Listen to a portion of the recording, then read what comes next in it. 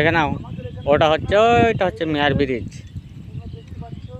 মেয়ার bridge, এটা সুবন্ধপুর।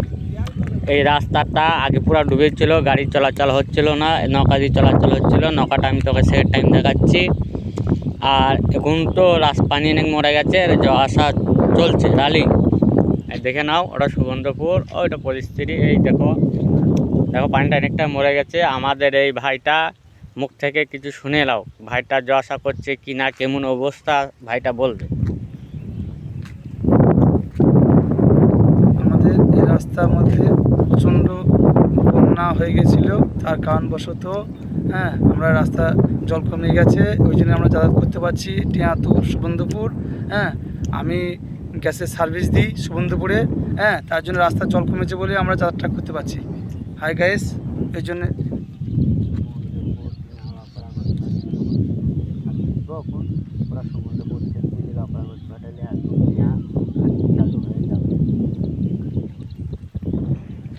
গ্যাসের service পোয়া, টিয়া, নোয়াপাড়া, বৌদ্ধপুর, ঘোষপাড়া, কোরগ্রাম, এই জন্য আমরা গ্যাস সার্ভিস দিচ্ছি।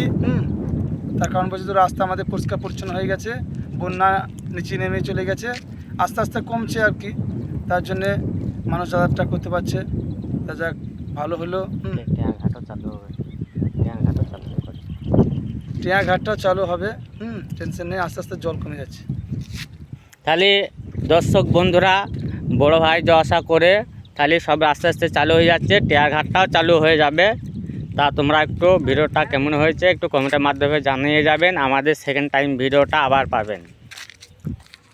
কেমন হয়েছে দেখি, মনে করবে আগে থেকে বন্ধ না করে।